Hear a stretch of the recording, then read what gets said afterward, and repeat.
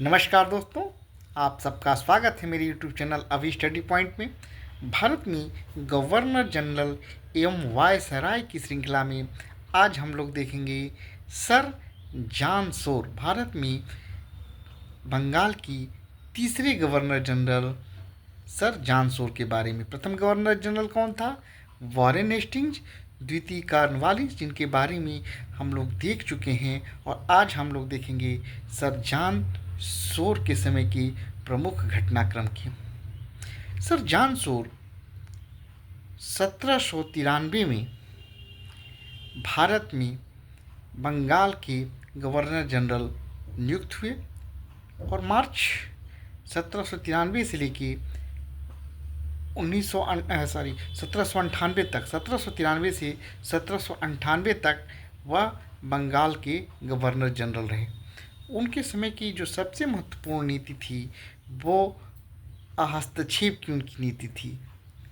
Sir John Shore Bengal में governor general बनने से पहले कई भूमिकाओं में रहे।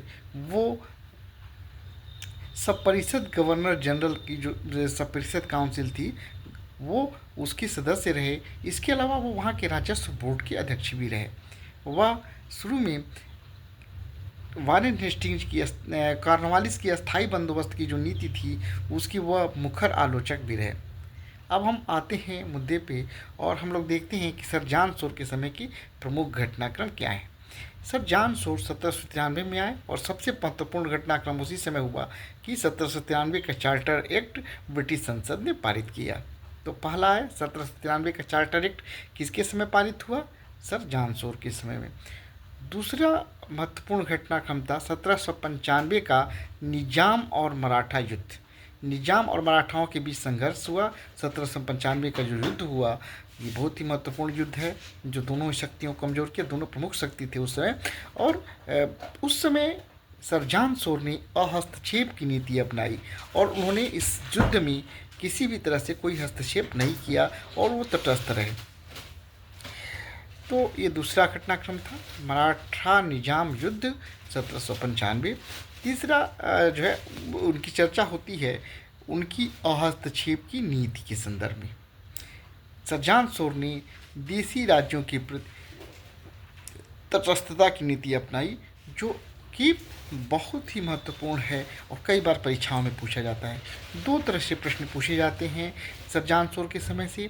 पहला, एक तो ऑब्जेक्टिव टाइप में उनके समय के जो प्रमुख घटनाक्रम थे उनके बारे में पूछा जाता है।